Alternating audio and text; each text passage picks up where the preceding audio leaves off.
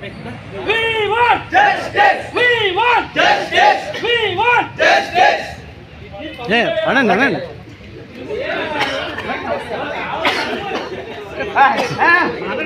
అయ్యా మధ్యలో జోకులొద్దు కనవండి కనవండి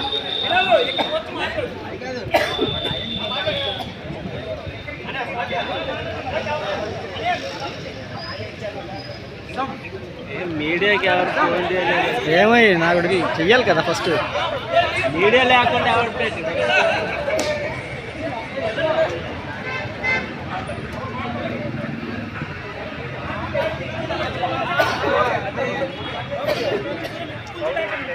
ముఖ్యమంత్రి గారికి అదేవిధంగా ఉప ముఖ్యమంత్రి గారికి మన ప్రియతమ నాయకులైన యువ నాయకులైనటువంటి నారా లోకేష్ గారికి ముందుగా నమస్కారం. సో గురువు గారు ఏంటంటే విషయం, గత ప్రభుత్వంలో గ్రూప్ 2 నోటిఫికేషన్ అనేది వచ్చింది. సో అయినా సరే ప్రిలిమ్స్ అనేది జరిగింది. అప్పటికే మేము కూడా రాష్ట్ర విధానంలో తప్పులు ఉన్నాయని మా విద్యార్థులు మేము గ్రహించలేకపోయినా సరే మా ప్రియతమ నాయకులైనటువంటి మా పట్టభద్రుల ఎమ్మెల్సీ అయినటువంటి వ్యాపార చిరంజీవి గారు మాకు తెలియజేశారు ఇలాగ రాష్ట్ర విధానంలో తప్పులు ఉన్నాయని.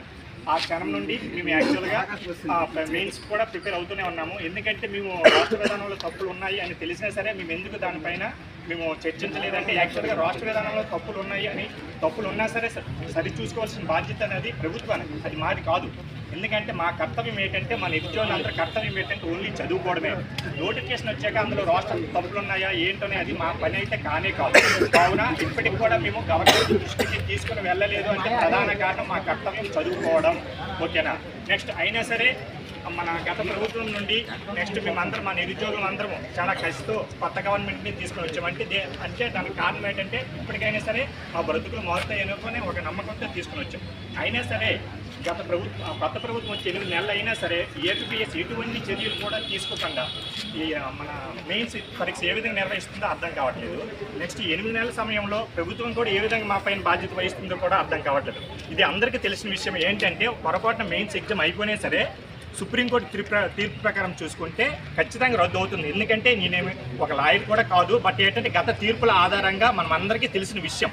ఎందుకంటే రీసెంట్గా జార్ఖండ్ ప్రభుత్వంలో చూసుకున్నా సరే వాళ్ళ నోటిఫికేషన్లు కూడా రాష్ట్ర విధానంలో తప్పులు ఉండడం వల్ల నోటిఫికేషన్ అయిపోయింది. ఉద్యోగాలు కూడా చేశారు. 2 సంవత్సరాలు ఉద్యోగం చేసినా సరే సుప్రీంకోర్టుకి ఆ కేసుకి వెళ్ళగానే మొత్తం ఉద్యోగులందరికీ మొత్తం రద్దు చేశారు. ఎవరి వాళ్ళ ఇంటికి వాళ్ళు వెళ్ళిపోయారు.